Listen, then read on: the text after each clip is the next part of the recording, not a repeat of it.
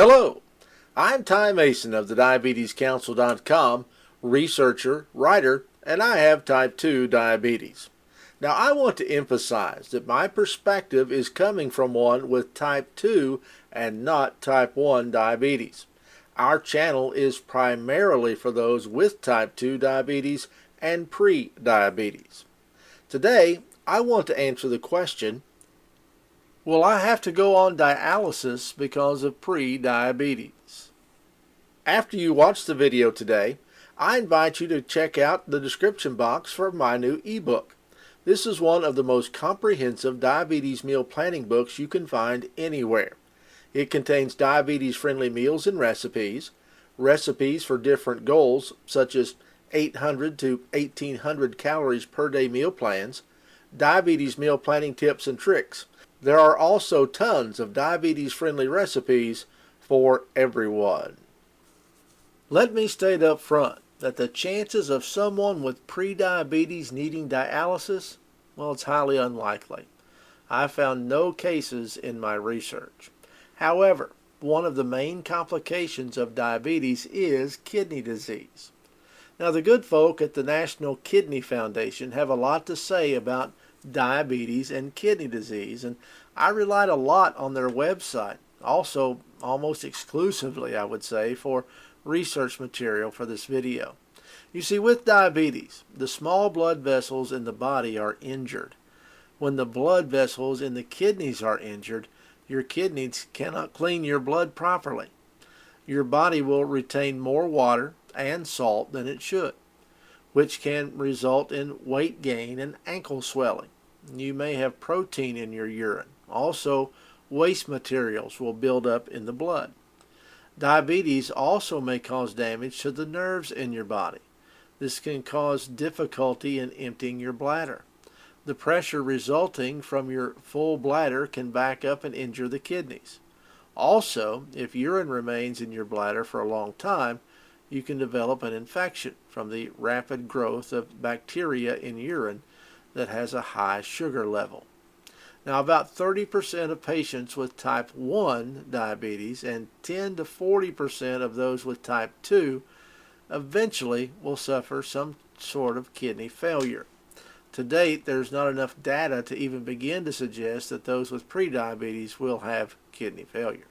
Now, the earliest sign of diabetic kidney disease is an increased excretion of albumin in the urine. This is present long before the usual tests done in your doctor's office show evidence of kidney disease. So it is important for you to have this test done on a yearly basis. Weight gain and ankle swelling may occur.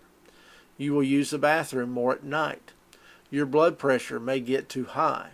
As a person with diabetes, you should have your blood, urine, and blood pressure checked at least once a year. This will lead to better control of your disease and early treatment of high blood pressure and kidney disease. Maintaining control of your diabetes can lower your risk of developing severe kidney disease. As your kidneys fail, your blood urea nitrogen or BUN levels will rise, as well as the level of creatinine in your blood. You may also experience nausea, vomiting, a loss of appetite, weakness, increasing fatigue, itching, muscle cramps, especially in your legs, and anemia. You may find you need less insulin. This is because diseased kidneys cause less breakdown of insulin. If you develop any of these signs, you need to call your doctor. The signs of kidney disease in patients with diabetes are albumin or protein in the urine, high blood pressure, ankle and leg swelling or leg cramps, going to the bathroom more often at night, high levels of BUN and creatinine in the blood, less need for insulin and anti-diabetic medication, morning sickness, nausea and vomiting, weakness, paleness and anemia, itching. Now, what will happen if your kidneys have been damaged? Well, first the doctor needs to find out if your diabetes has caused the injury. Other diseases can cause kidney damage, so your kidneys will work better and last longer if you control your diabetes, control high blood pressure, get treatment for UTIs or urinary tract infections, and correct any problems in your urinary system. You need to avoid any medicines that may damage the kidneys, especially over-the-counter pain medications. Now, if no other problems are found, your doctor will try to keep your kidneys working as long as possible. The use of high blood pressure medicines called ACE inhibitors, has been shown to help slow the loss of kidney function.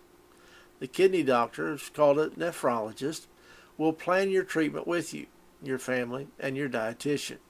Two things to keep in mind for keeping your kidneys healthy are controlling high blood pressure in conjunction with an ACE inhibitor and following your renal diabetic diet.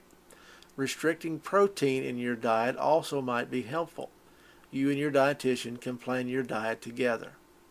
Now, at the end-stage renal failure or kidney failure, well, this will occur when your kidneys are no longer able to support you in a reasonably healthy state, and dialysis or transplantation is needed. This happens when your kidneys function at only 10 to 15%. Now, there are three types of treatment that can be used once your kidneys have failed: kidney transplantation, and then two types of dialysis: hemodialysis and peritoneal dialysis. Since the question concerned dialysis, we'll look at those. In hemodialysis, a dialysis machine and a special filter called an artificial kidney or a dialyzer are used to clean your blood. To get your blood into the dialyzer, the doctor needs to make an access or entrance into your blood vessels. This is done with a minor surgery, and usually it goes in your arm.